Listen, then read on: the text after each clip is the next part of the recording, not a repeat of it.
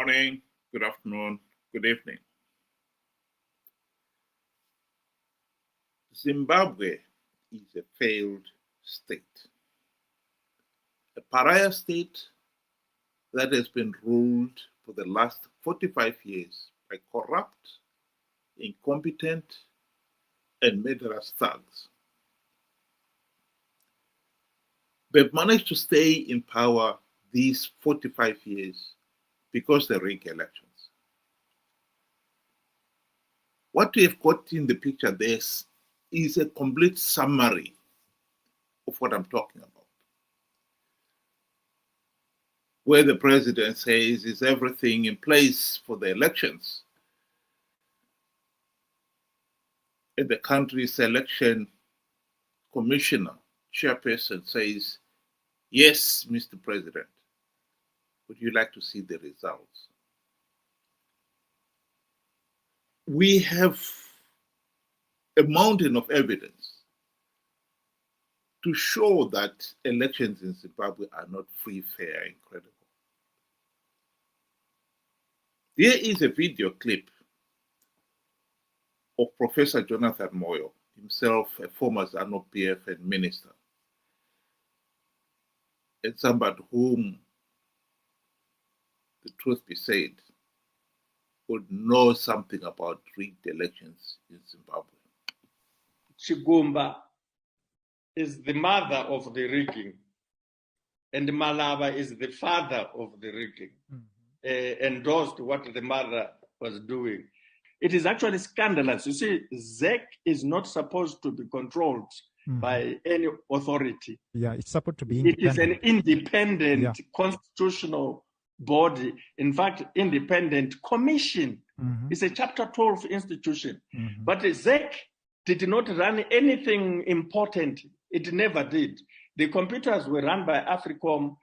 The registration, accreditation, and so forth were run by a CIO company.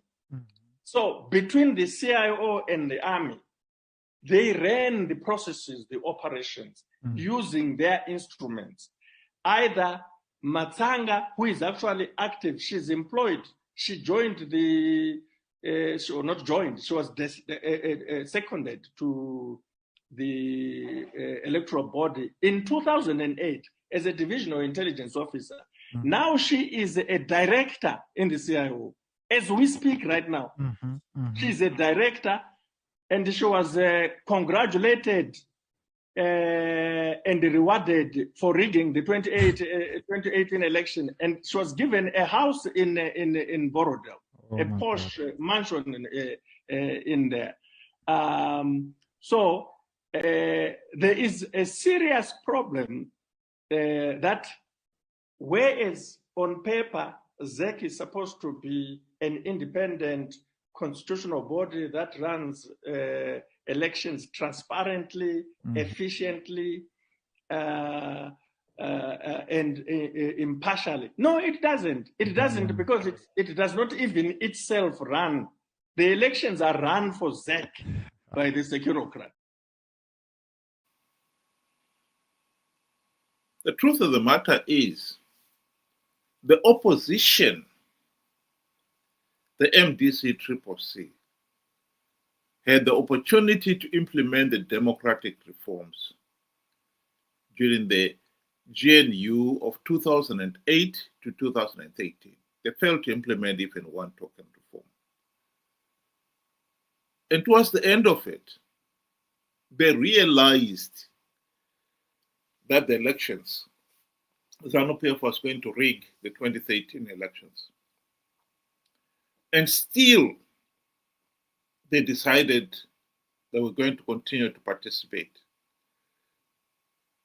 In his book, The Struggle Continues, David Coulter, one of the senior opposition leaders, he was a minister in the GNU, admitted that the 2013 elections were flawed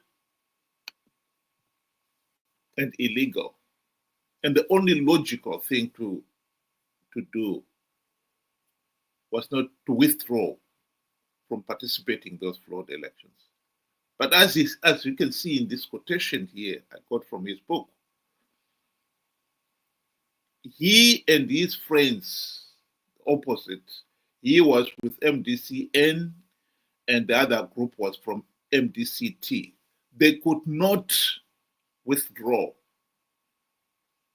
because they feared that if they withdraw, the other side will participate and win the gravitary seats, which they knew ZANU PF was giving away to entice the opposition to participate. ZANU PF needs the opposition to participate to give the process legitimacy.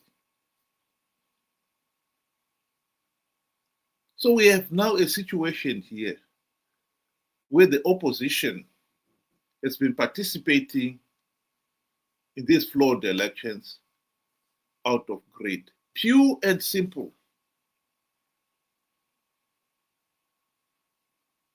Mnangagwa himself knows that the opposition would participate in the flawed elections, no matter how flawed the process gets, as long as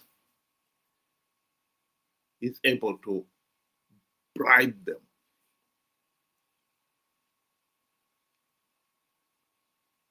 So that's the second point. The third point is that the electorate, the ordinary Zimbabweans, have been slow in realizing that simple reality. This is at the root of why the country is in this nightmare situation.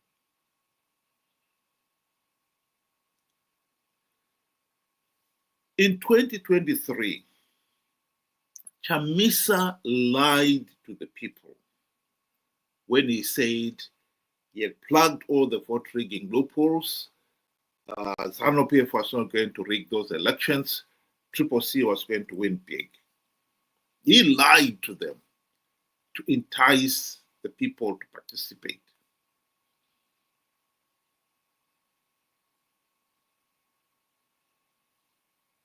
Him and his opposition leaders were going to benefit from their participation because they will get those few gravitary seats. ZANU PF would only be too happy because they will get legitimacy. The ordinary people gained nothing. That is precisely the point. And yet here we are. There's been 2 years since the 2023 elections. One of the biggest challenges that people like myself have had and been subjected to a lot of abuse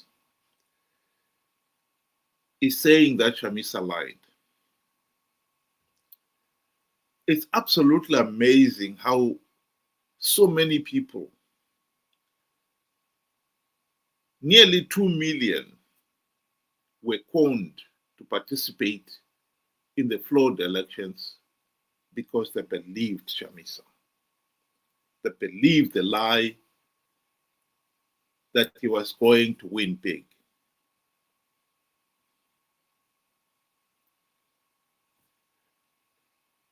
He himself, a few days before the voting, was claiming that he was forming the cabinet. God is in it. This was God's plan that CCC would win big.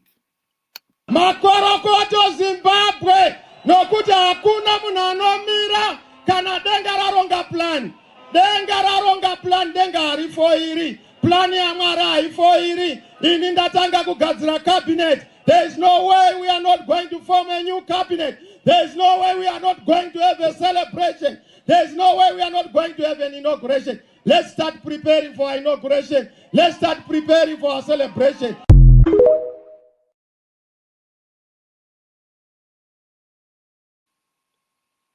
The truth of the matter is, he was lying. He knew that Zanu PF, he had not blocked all the vote-rigging loopholes. Tim Pachedu had shown that the voters' roll was in shambles. How could you win an election in which the voters' roll is in such a mess that, according to Tim Pachedu, you would find as many as 20 people registered at an address with 2 rooms? The amount of Zanu PF manipulation of the voting system was such that you say to yourself, this is ridiculous. As Professor Jonathan Moyo said there, ZEC does not even run the election. Somebody else runs it. And the opposition know it.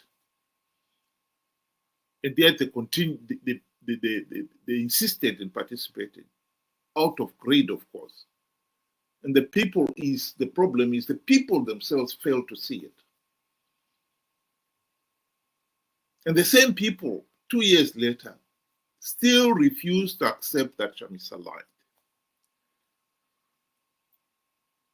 Some people have asked, well, why does that matter? It matters because if Chamisa was able to con them to participate in 2023, you'll be able to do the same thing come 2028. And so the whole thing will start all over again.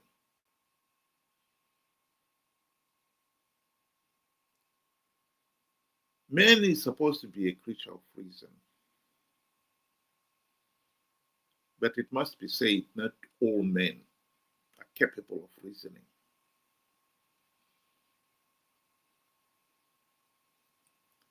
I think it is no exaggeration that one of the problems we have had in Zimbabwe is the failure of our own people to think for themselves.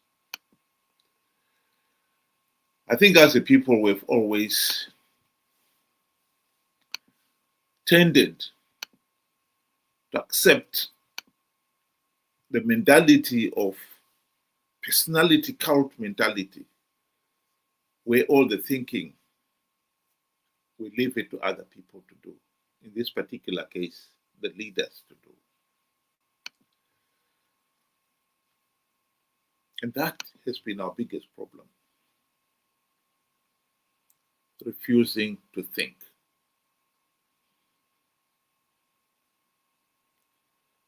The Shona have got a saying that chirimurwoko unonzi rasa, chawadya unoritsiswa, chiri musoro unofa nacho. I think that is very true. We have a problem with our thinking, our mental process.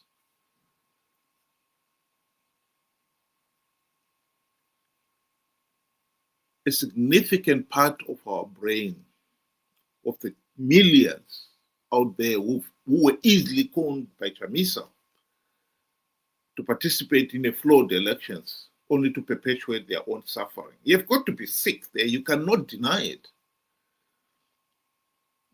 A significant part of their brain is ossified, is turned into fat. And so they cannot think for themselves. And that is what is killing Zimbabwe. Millions of people who cannot think for themselves, whose brain is but all ossified into utter useless fat.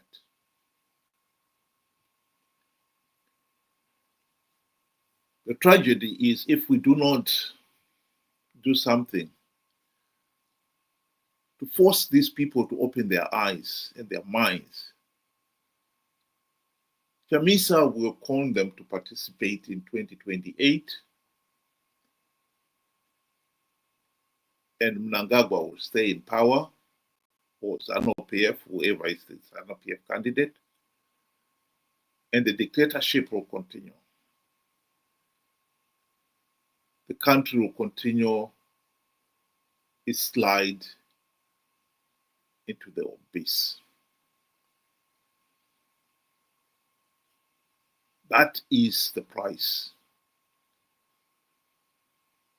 the nation will pay if we do not do anything to force the Chamisa chete brigade to open their eyes and their minds. What is killing Zimbabwe is the millions whose brain is but ossified.